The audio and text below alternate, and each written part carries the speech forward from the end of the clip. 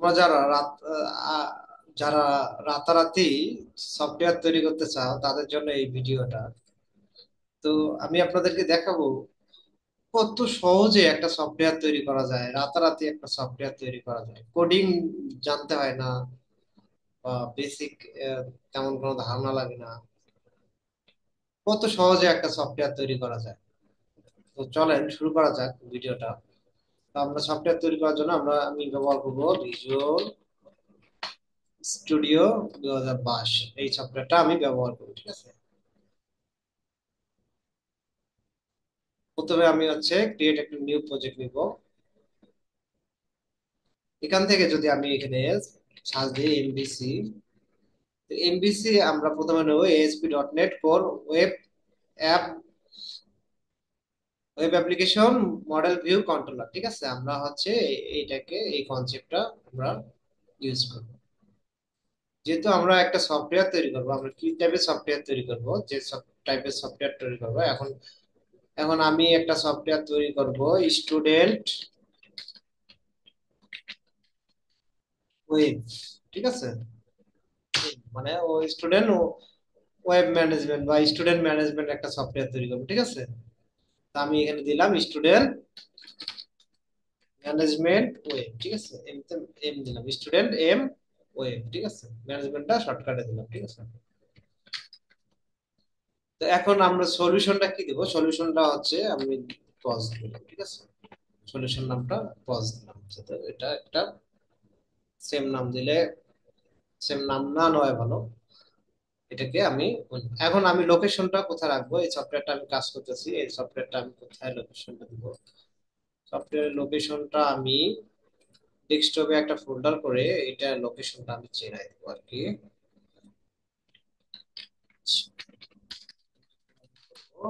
Student management, student এটা আমি চেনাই দিই, ঠিক আছে। তো আমি ফুল ডেস্কটপে আমি স্টুডেন্ট ম্যানেজমেন্ট এই ফোল্ডারের মধ্যে আমি এই প্রজেক্টটা করব এখন, ঠিক আছে। সফটওয়্যারটা আমি তৈরি করবো। তো এরপরে আমরা নেক্সটে ক্লিক দেই।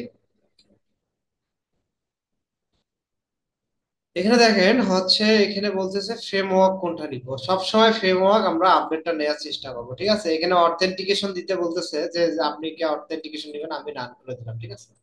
তো বাকি যা আছে সব ঠিকই থাকবে। তো আমরা এখন ক্রিয়েটে ক্লিক দিই, ঠিক আছে।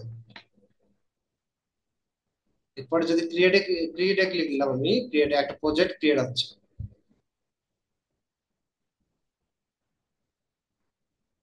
দেখেন যে কত সহজে একটা প্রজেক্ট ক্রিয়েট হয়ে গেল, একটা প্রজেক্ট ক্রিয়েট যা যা দরকার সব কিন্তু অলরেডি ক্রিয়েট হয়ে গেল। এখানে দেখেন যে ভিউ চলে আসছে, মডেল চলে আসছে, কন্ট্রোলার চলে আসছে। একটা সফটওয়্যারে যা যা দরকার, হ্যাঁ, মানে বেসিক যা যা দরকার সবকিছু কিন্তু এই এক ক্লিকে তৈরি হয়ে গেল। যখন আমরা বুইল্ডে ক্লিক দিচ্ছি তখন কিন্তু এটা তৈরি হয়ে গেল। তখন এখন এখন আমরা কি করব, একটা মডেল ক্রিয়েট করব। তো এখন মডেল ক্রিয়েট করার জন্য আমি যদি এখান থেকে অ্যাড মডেলে আসি, যেহেতু আমাদের এটা স্টুডেন্ট ম্যানেজমেন্ট একটা সফটওয়্যার, তো আমি এই মডেল থেকে আমি কি করব, এখান থেকে একটা ক্লাস নিব।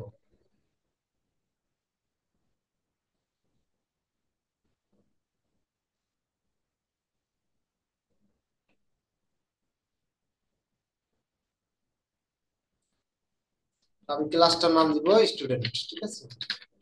ক্লাসটার নাম দিব স্টুডেন্ট অথবা স্টুডেন্টস, ঠিক আছে।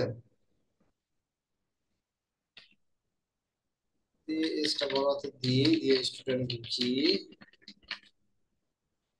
অথবা স্টুডেন্টস দিই, যেহেতু আমাদের অনেকগুলো স্টুডেন্ট হবে তো স্টুডেন্টস দিলাম, ঠিক আছে। স্টুডেন্টস, ঠিক আছে। তো এখন স্টুডেন্টস যেহেতু আমরা ম্যানেজ করব, এখন স্টুডেন্টস ম্যানেজ করার জন্য আমাদের স্টুডেন্টের কি লাগবে, আইডি লাগবে। তো আমরা এখানে স্টুডেন্টের আইডিটা নিব। স্টুডেন্টের আইডিটা নিলাম। এরপরে আমরা কি করব, স্টুডেন্টের আইডি নিলাম। স্টুডেন্টের যদি এখন স্টুডেন্টের আইডি নিলাম, আমাকে বলতেছি তুমি কি স্টুডেন্টের নাম নিবা কিনা। আমি নিলাম। এখন বলতেছে তুমি স্টুডেন্টের ইমেল নিবা কিনা। নিলাম। এখন বলতেছে স্টুডেন্টের অ্যাড্রেস নিবা কিনা। নিলাম। তোমার নিলাম না, ঠিক আছে। যদি আমার প্রয়োজন হয় নিলাম, না হলে নিলাম না। আমার স্টুডেন্টের অ্যাড্রেসের কোনো প্রয়োজন এখন নাই, ঠিক আছে, নিলাম না। এখন আমি স্টুডেন্টের যদি মোবাইল নাম্বার নিতে চাই, ফোন যদি আমি বলি ফোন নাম্বার,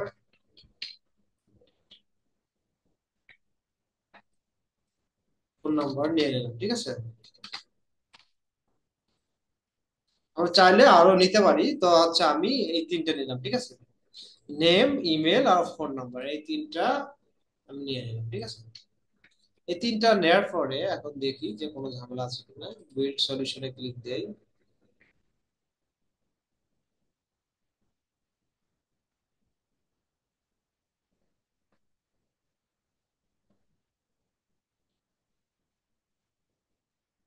যদি কোনো সমস্যা থাকে, এই যে এই জায়গার মধ্যে ইরর আসে, ওয়ার্নিং দেখাবে, হ্যাঁ, এই জায়গার মধ্যে ওয়ার্নিং এ এখানে চলে আসবে যে এখানে সমস্যা আছে। যেহেতু কোনো ইরর নাই, তাহলে আমরা একটা মডেল ক্রিয়েট করলাম। এখন কি করব আমরা, কন্ট্রোলার ক্রিয়েট করবো একটা। যেহেতু আমরা এই তিনটার এগেনস্টে আমরা হচ্ছে একটা একটা একটা মডেল ক্রিয়েট করছি, এখন আমরা একটা কন্ট্রোলার ক্রিয়েট করবো। এখন এই কন্ট্রোলার এখানে আসি, যদি আমরা অ্যাড নিয়ে আসি, এখন একটা কন্ট্রোলার ক্রিয়েট করবো। এখান থেকে আমরা নিউ স্কাপ লোডেড আইটেমে এখানে আসি। এটাতে আসার পরে কি করবো, এমবিসি তে আসি, যেহেতু এমবিসি কাজ করতেছি, এমবিসি তে আসার পরে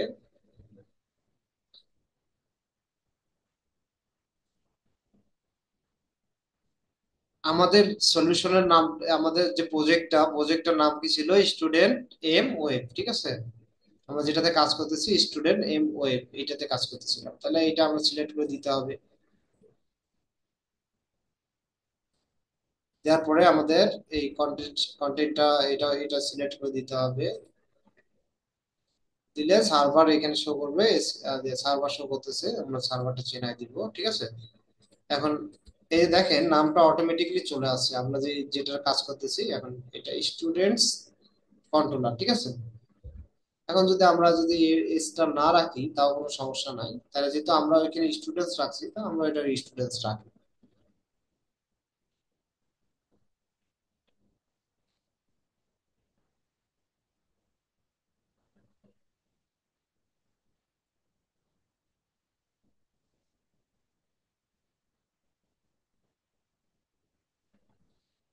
কত সহজে দেখেন একটা সফটওয়্যার তৈরি করা যায়, কত ইজি একটা সফটওয়্যার তৈরি করা।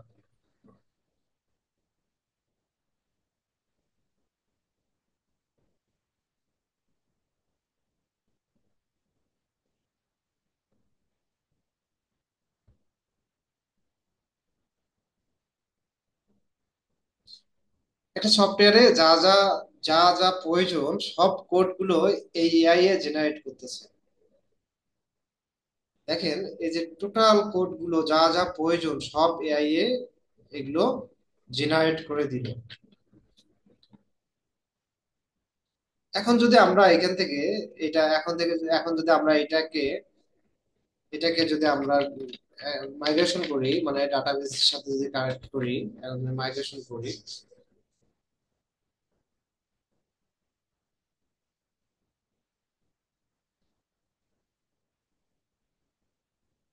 মাইগ্রেশন স্টার্ট হয়ে গেছে, যে বইটা স্ট্রাকচার দেখাইতেছে, তো একটু ওয়েট করতে হবে,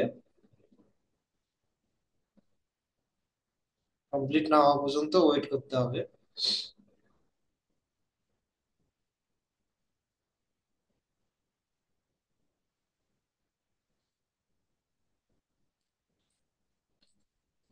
বলতেছে যে এখানে একটা ইরর আছে, ইরর, এই যে এখানে ডাটাবেজে একটা ইরর আছে, current white store connection, SQL server কানেকশনে একটা প্রবলেম দেখা দিতেছে, যেটা হচ্ছে ভেরিফাইড এর প্রবলেম দেখা দিতেছে। আচ্ছা, এই ইস্যুটা আমরা সলভ করব। আর তার আগে আমরা হচ্ছে আসতেছি।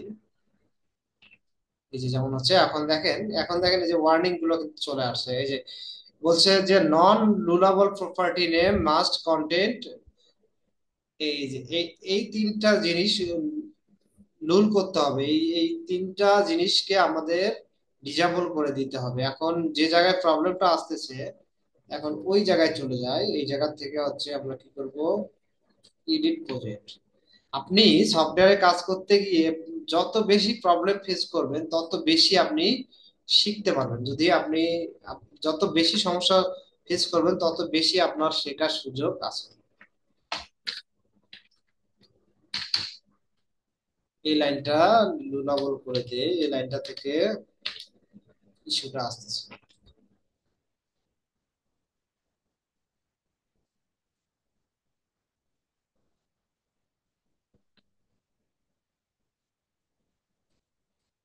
শুধুমাত্র আমার এই লাইনটাকে বন্ধ করতে হবে,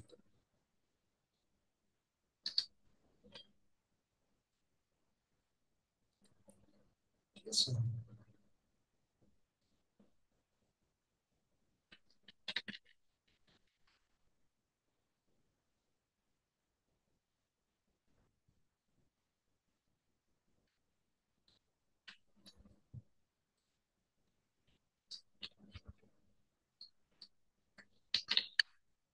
আশা করি এই লাইনটা ক্লোজ হয়ে গেছে, বাকি লাইনগুলো সব ঠিক আছে, কাজ করতেছে। এখন দেখেন যে এইখানে যে ইররটা ছিল, এই ইররটা কিন্তু অটোমেটিকলি চলে গেছে। এই যে আমি এই লাইনটা লুল করে দিলাম, লাল লুলাবল করে দিলাম, এর কারণে হচ্ছে বাকি সব ইরর কিন্তু চলে গেছে। দেখেন আপনাকে, আপনি যখন একটা সফটওয়্যার তৈরি করতে যাবেন আপনাকে বুঝতে হবে যে কোন জায়গা থেকে প্রবলেমটা আসতেছে।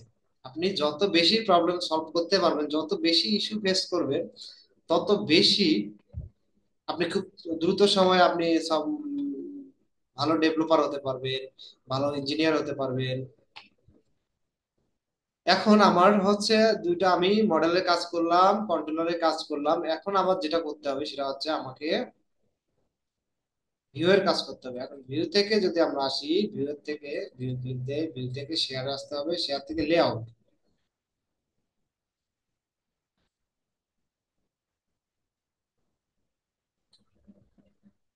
লেআউট থেকে আমরা এখানে হচ্ছে, এখানে দেখেন একটা অপশন আছে, সেটা হচ্ছে এই ন্যাপ বার। এই ন্যাপ বারে হচ্ছে এই প্রাইভেসির নিচের লাইনটাকে কপি করে এক স্টেপ উপরে উঠাই দিতে হবে, ঠিক আছে।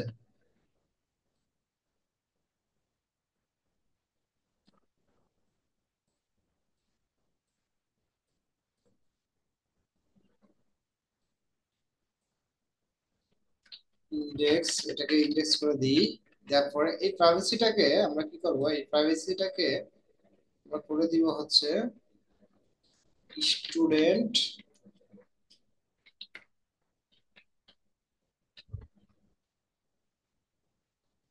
ম্যানেজমেন্ট, ঠিক আছে।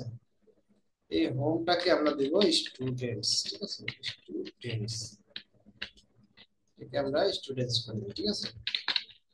এখন যদি আমি এই প্রজেক্টটা আপনাদেরকে রান করে দেখাই, রান করে দেখাই প্রজেক্টটা।